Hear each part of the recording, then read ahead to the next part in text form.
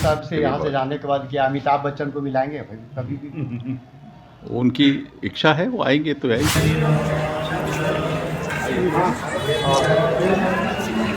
वो जाने वो आए या नहीं आए, हमसे उनका क्या लेना देना।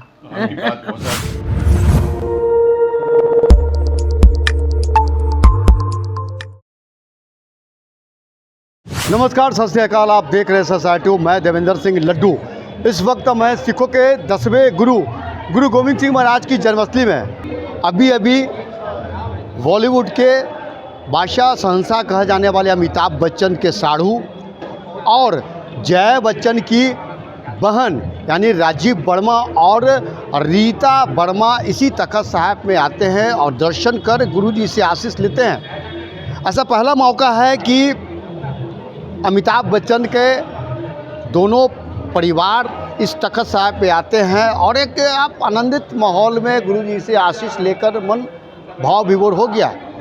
इस पूरे कार्यक्रम में देखिएगा तो हमने कुछ सवाल किया राजीव वर्मा से और रीता वर्मा और राजीव वर्मा अमिताभ बच्चन के साढ़ू हैं, तो दोनों परिवार आए थे, क्या कुछ कर रहे हैं गुरुजी तखत साहिब के बारे में और अमिताभ बच्चन और जया बच्चन के बारे में जरा उनकी बात को सुनते और समझते हैं। जी सत श्री अकाल। जी सत श्री अकाल। आप पहली बार आई हैं? जी हाँ।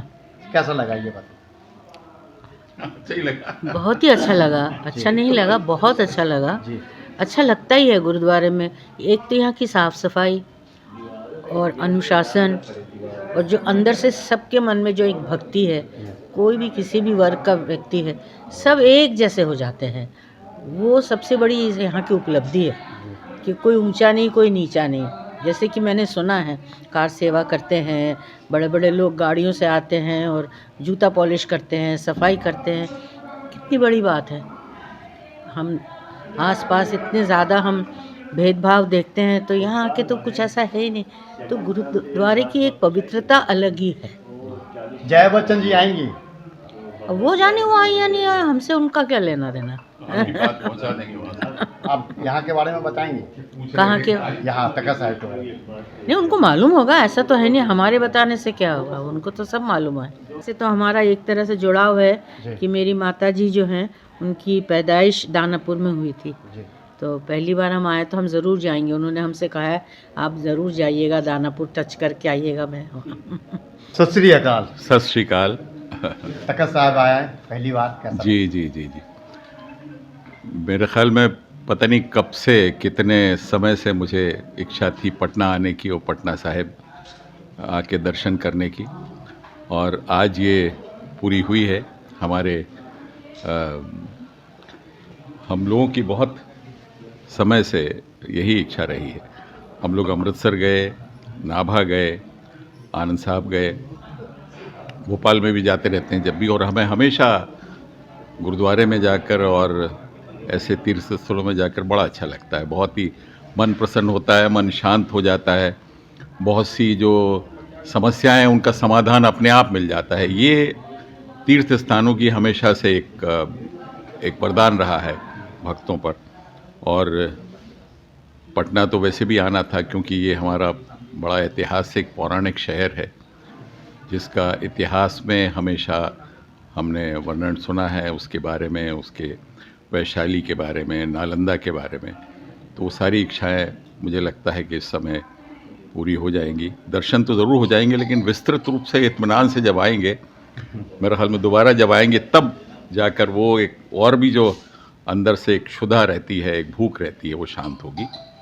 और गुरुद्वारों में आकर मुझे हमेशा बहुत अच्छा लगता है। हम पूरे परिवार को बहुत अच्छा लगता है। वहाँ की शांति, वहाँ की स्वच्छता और आप सब लोगों का जो एक प्रेम रहता है भक्तों के प्रति, वो जो है वो ही जो है एक तरीके से हमारे मन की शुद्धि के लिए, मन की उसके लिए बहुत आवश्यक है। और मैं इसके लिए बार बार प्रणाम करता हूँ। गुरु नानक जी को भी मैं प्रणाम करता हूँ पूरे परिवार की तरफ से, और आप सबको भी बहुत बहुत धन्यवाद कि इतने प्रेम से, इतनी भक्ति भाव से हमें यहाँ दर्शन कराए। तखत साहिब से यहाँ से जाने के बाद क्या अमिताभ बच्चन को मिलाएंगे कभी भी? उनकी इच्छा है, वो आएंगे तो आए होंगे, बल्कि वो तो पहले आए होंगे, ऐसा नहीं है। उनकी माँ तो खुद पंजाब से थी, तो ऐसा तो नहीं है। तो ये उनके ऊपर है। अपने हर प्रोग्राम में जी, जी। जिक्र करते हैं अपने माता जी। राजीव वर्मा और रीता वर्मा तमाम चीज़ों से अवगत करवाए हैं कि अमिताभ बच्चन और जया बच्चन के बारे में जब उनकी बहन से मैं जानकारी लिया तो खुद बताई हैं। यहाँ से जाने के बाद तख्त साहिब के बारे में से जुड़ी हुई तमाम चीज़ों से अवगत करवाएंगे। वैसे देखा जाता है तो रीता बच्चन जी हैं वो पुराना पटना साहिब से, दानापुर से उनका संबंध रहा है और वो फिर तख्त साहिब में आने की इच्छा जाहिर की है। SSR 2 आप देखते रहिए। वाहेगुरु जी का खालसा, वाहेगुरु जी की फतेह।